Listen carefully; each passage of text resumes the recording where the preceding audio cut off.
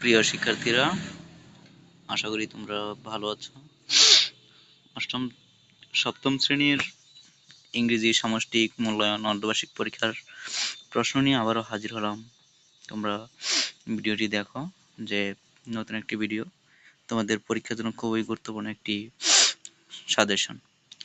যে তোমাদের প্রথমে যেটি থাকতে পারে, যে এরকম ডায়লগের মতো থাকতে পারে, প্যাসেজ মানে হচ্ছে যে কোনো একটা প্যাসেজ থাকবে, হয়তো বা ডায়লগের মতো থাকতে পারে।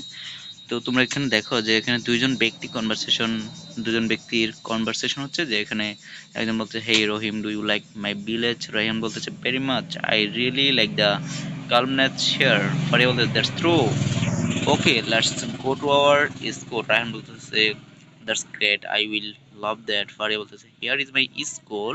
Raihan, let's get inside, will that be all right? Faria, it will be just fine. Ryan, look at that. So nice, I must say.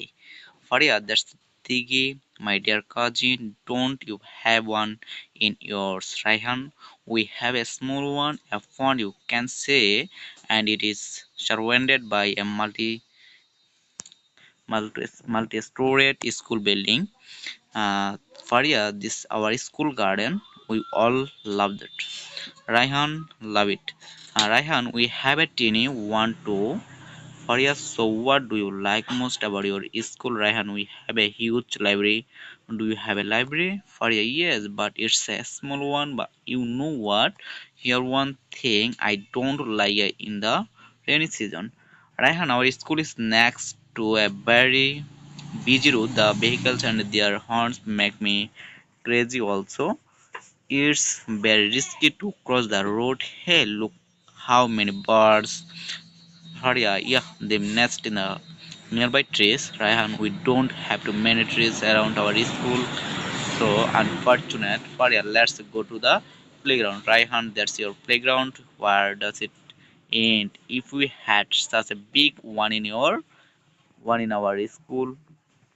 Faria, playground is a must in school. I will love to see your school. Ryan, sure, visit us on the next vacation. I will show you. Faria, won't it be great if we find a school that has all the good things from both of our school? Ryan, a dream school that will be. ওকে, তো এখানে যে ডায়লগটি ছিল, কনভারসেশনটি ছিল, সেগুলো আমরা শেষ করলাম। এরপরে তোমাদের এখানে যেগুলো থাকবে সেটা হচ্ছে চুজ দ্য বেস্ট আনসার। এখানে যে প্রশ্নগুলো করছে সে প্রশ্ন অনুযায়ী তোমরা এগুলোর সমাধান করবে। এরপর রয়েছে তোমাদের প্রশ্ন, এই প্রশ্নগুলো এই পেজেস থেকে রয়েছে। এই প্রশ্নগুলো তোমরা আশা করি খুব সুন্দরভাবে তোমরা সমাধান করবে। এখানে আমি উত্তরগুলো দিয়েছি, তোমরা চলে উত্তরগুলো এখানে প্রশ্ন 1 নম্বর 2 নম্বর 3 নম্বর চাইলে এগুলো দেখে শেষ করে নিতে পারো। এরপর হচ্ছে তোমাদের ট্রু ফলস থাকবে। যদি if false give the correct answer, যদি ফলস হয় তাহলে এটার কিন্তু তোমাদের কারেক্ট আনসার দিতে হবে, ঠিক আছে?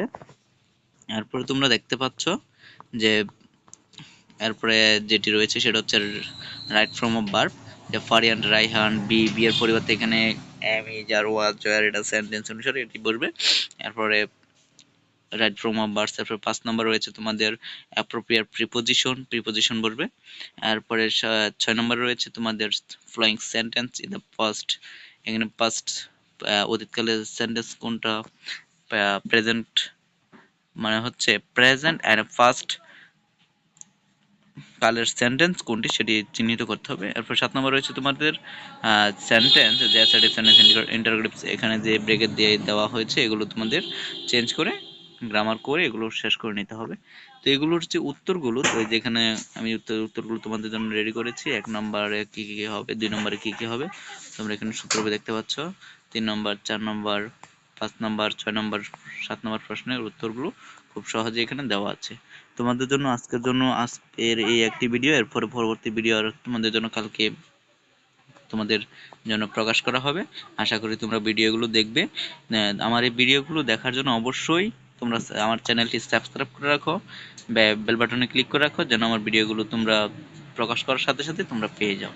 হ্যাঁ, অবশ্যই লাইক কমেন্ট করতে ভুলবে না, বেশি বেশি করে শেয়ার করো এবং বেশি বেশি করে তোমরা পড়াশোনা করো, যেন তোমার ভালো একটি রেজাল্ট করতে পারো।